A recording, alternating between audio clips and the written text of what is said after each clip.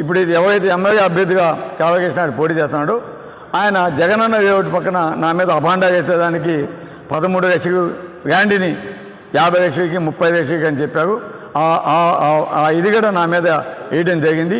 అదే లేఅవుట్ పక్కన ఈ కావ్యకృష్ణ అనే వ్యక్తి 1,30,00,000 పెట్టి దాదాపు 50 ఎకరాలు కొన్నాడు. అది వాస్తవం కాదా అని నేను అడుగుతాను. ఈరోజు తెలుగుదేశం నాయకులు ఎందుకు మాట్లాడకపోతున్నారు? అది 13 లక్షలు వాల్యూ అయితే 1,30,00,000 పెట్టి ఏ విధంగా ఆయన కొంటాడు అని నేను ఈరోజు ప్రశ్నిస్తా ఉన్నాను. ఓకే, కొన్నాడు, కానీ దానికి సంబంధించి కాంపౌండ్ వేసేటప్పుడు గతంలో పేద ప్రజలకి రాజశేఖర రెడ్డి గారు హౌసింగ్ సైట్స్ ఇస్తే వాటిని కబ్జా చేసి కాంపౌండ్ వేసిన మాట వాస్తవం కాదా? అక్కడ సైట్స్కి సంబంధించిన ఓనర్స్ పోయేసి ఆ కాంపౌండ్ని ధ్వంసం చేసిన మాట వాస్తవం కాదా? అది ఎప్పుడో జరగలేదు. ఈ మధ్య ఒక 3-4 months బ్యాకే ఆ కాంపౌండ్ పడగట్టడం జరిగింది. వాళ్ళ సైట్స్ వాళ్ళు ఆక్యుపై చేసుకోవడం జరిగిందని కూడా తెలియజేస్తున్నాను. అంతేగాని 52 ఎకరాలకి మరీ కాంపౌండ్ వేసినాడు. సెంటర్లో 12 ఎకరాలు ప్రభుత్వ భూమి ఉంది, దానికి ఏ విధంగా కాంపౌండ్ వేస్తాడని కూడా ప్రశ్నిస్తున్నాను. గతంలో ఆ ఇందిరమ్మ కాలనీ ప్రజలంతా కూడా ఈ గవర్నమెంట్ భూమిలో నడిచిపోయి రోడ్డు తక్కువ డిస్టెన్స్లో పోయే పరిస్థితి ఉండేది.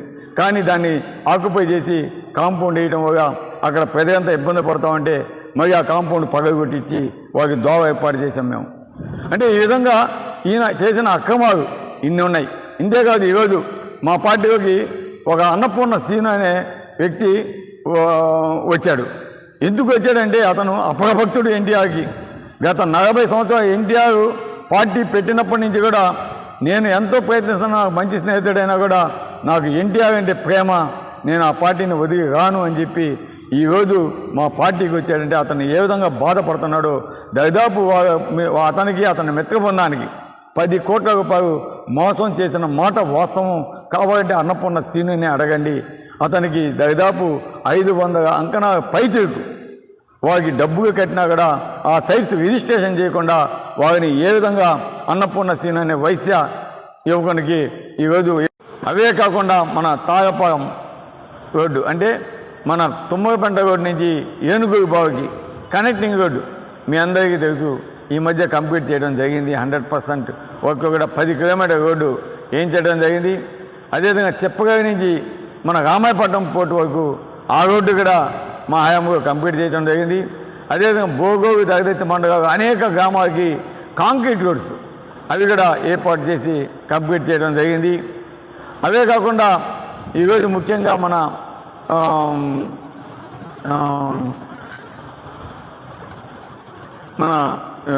జంపని కాక చెంచుగాని పాలెంకు, అదేవిధంగా పక్కనే ఉన్న బట్టదిన్న గ్రామానికి రోడ్లు కూడా వేయించడం జరిగిందని కూడా మీ అందరికీ తెలియజేస్తున్నాను. ఇవి కాకుండా ఏఎంసీ ద్వారా దాదాపు 23 వర్క్స్ రోడ్స్ ప్రారంభించడం జరిగింది. అవి కూడా ఈరోజు కంప్లీటింగ్ దశలో కొన్ని ఉన్నాయి, కొన్ని కంప్లీట్ అయినాయి. అవన్నీ కూడా కొన్ని పెండింగ్ ఏవైతే ఉన్నాయో అవన్నీ కూడా రాబోయే ముందు రోజుల్లో జగన్మోహన్ రెడ్డి గారు ఈ రాష్ట్రానికి మీ అందరి ఆశీస్సుతోటి ముఖ్యమంత్రి అవుతున్నాడు. తప్పకుండా వాటన్నిటిని కూడా కంప్లీట్ చేస్తాం. ఏవైతే కావలి రోడ్డు, కరుగమ్మ బ్రిడ్జి, తుమ్మలపెంట రోడ్డు అవన్నీ కూడా పెండింగ్ ఉన్నాయో వాటిని కూడా తప్పకుండా కంప్లీట్ చేస్తామని కూడా మీ అందరికీ తెలియజేస్తున్నాం. కాకపోతే ఒక చిన్న విషయం గుర్తుపెట్టుకోవాలి. ఈరోజు తెలుగుదేశం పార్టీ, ఎందుకంటే మీ అందరికీ కావలి నియోజకవర్గం ఇంకొక హౌస్ కూడా ఉంది, దానికి సంబంధించి site numbers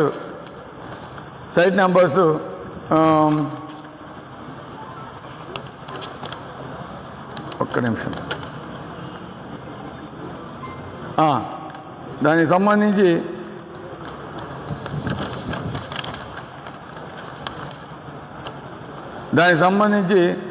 site numbers 115 and 116 అది కూడా 909/1B survey number, site number 115 and 116 ఇది వచ్చి హౌస్కి సంబంధించింది.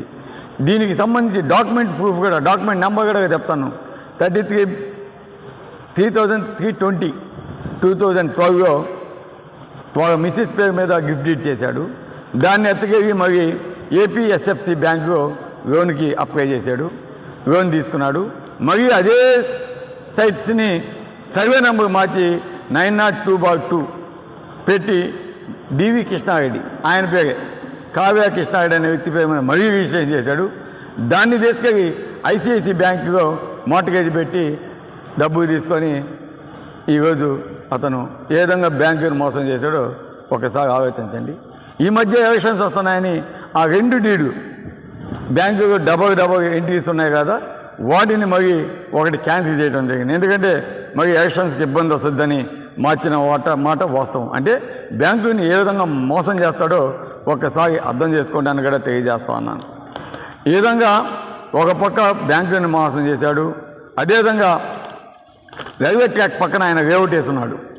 Railway track adjacent railway track పక్కన అదే 909/1B, 902/2 అండ్ 909/B వీటిలో సైట్స్ వేశాడు.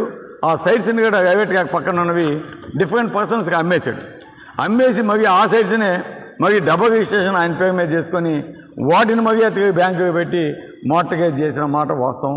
దానికి సంబంధించిన డాక్యుమెంట్స్ కూడా మా కాడ ఉన్నాయి. అదే కాకుండా ఈరోజు చెంగాగమ్మ గుడి,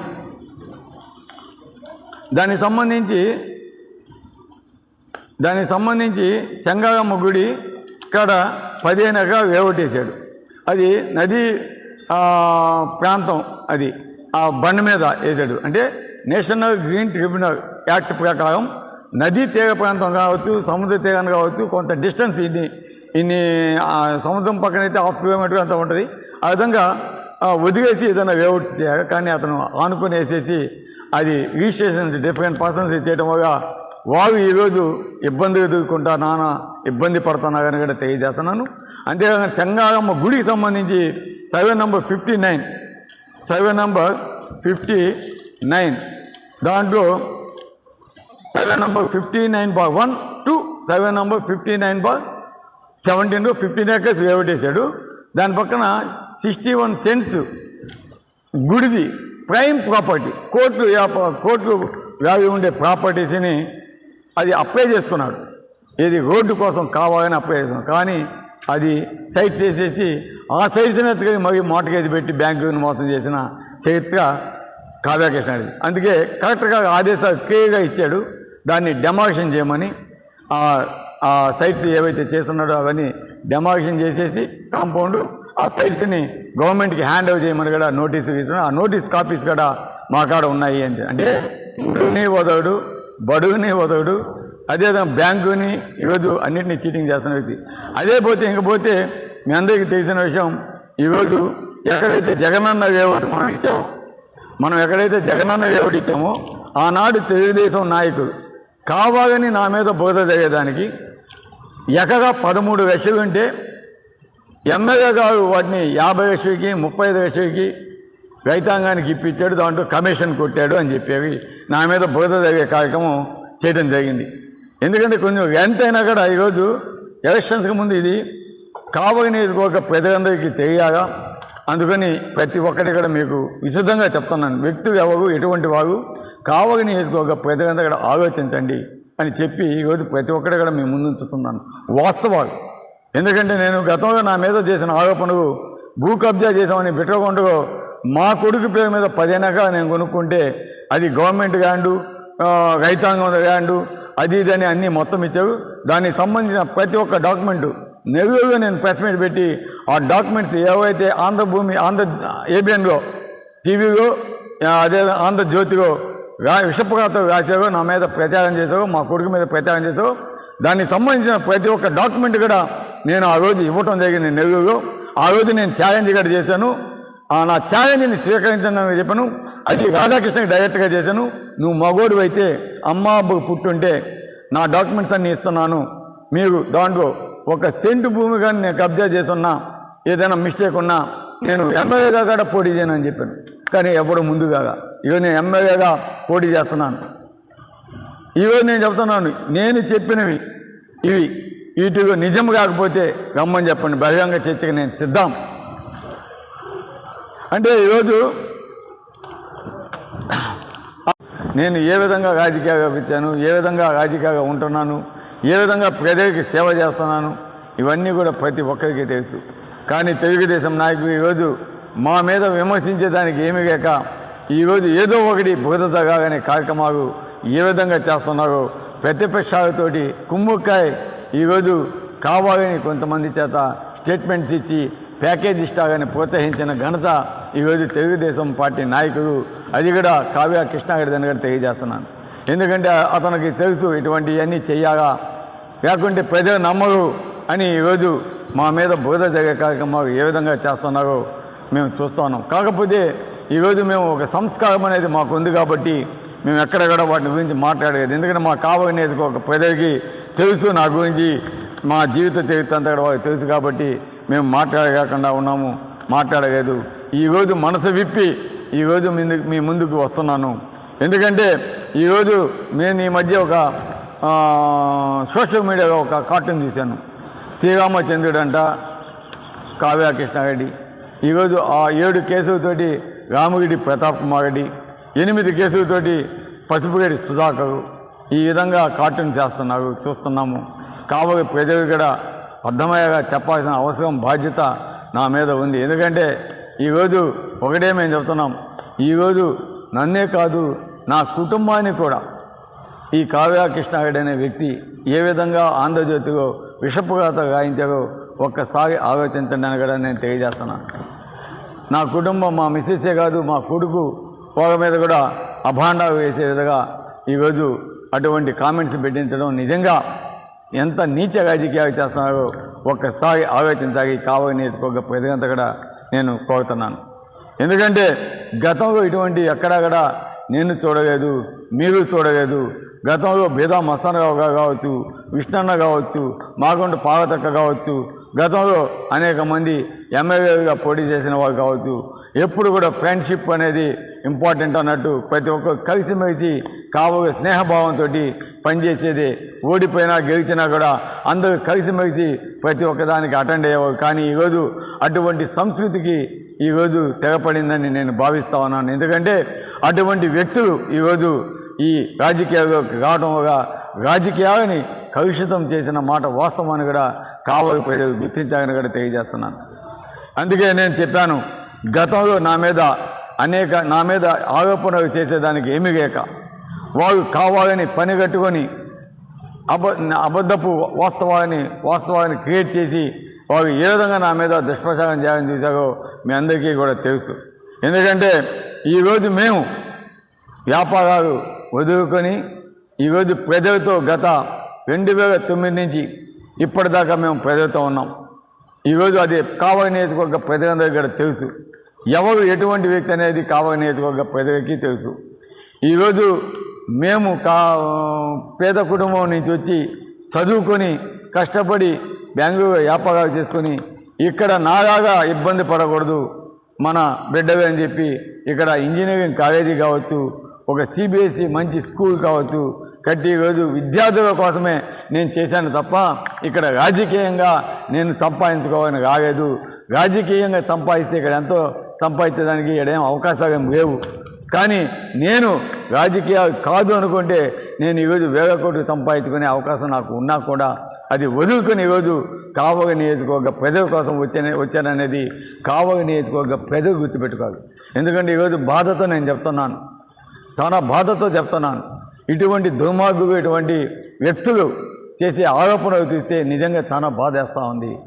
ఎందుకంటే ఎవరైతే ఈరోజు నిందారోపణలు మా మీద వేస్తున్నారో వాళ్ళ జీవిత చరిత్ర తీసుకుంటే ఒక్కసారి ఆలోచించండి. కావలి ప్రజలంతా కూడా మనసు పెట్టి వినండి.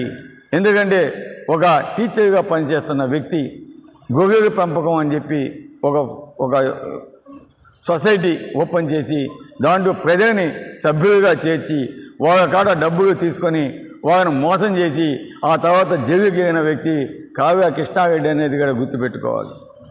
ఈరోజు కావ్య కృష్ణారెడ్డి అనే వ్యక్తి గతంలో వేఅవుట్ చేసి ఏ విధంగా సైట్స్ అమ్మేసి కొన్ని మళ్ళా వాటిని ఆయన పేరు మీదే తిరిగి రాయించుకొని డబుల్ రిజిస్ట్రేషన్ చేసి దాన్ని ఎత్తకి బ్యాంకుగా మోర్టగేజ్ పెట్టి అక్కడ బ్యాంకును మోసం చేసిన వ్యక్తి అనే కావ్య కృష్ణారెడ్డి అనేది గుర్తుపెట్టుకోవాలని కూడా తెలియజేస్తున్నాను. ఇంకా ఏదో కాదు, ఈరోజు ఆయన సొంత హౌస్ అంటే కొత్తది కాదు, పాత హౌసు సర్వే నెంబర్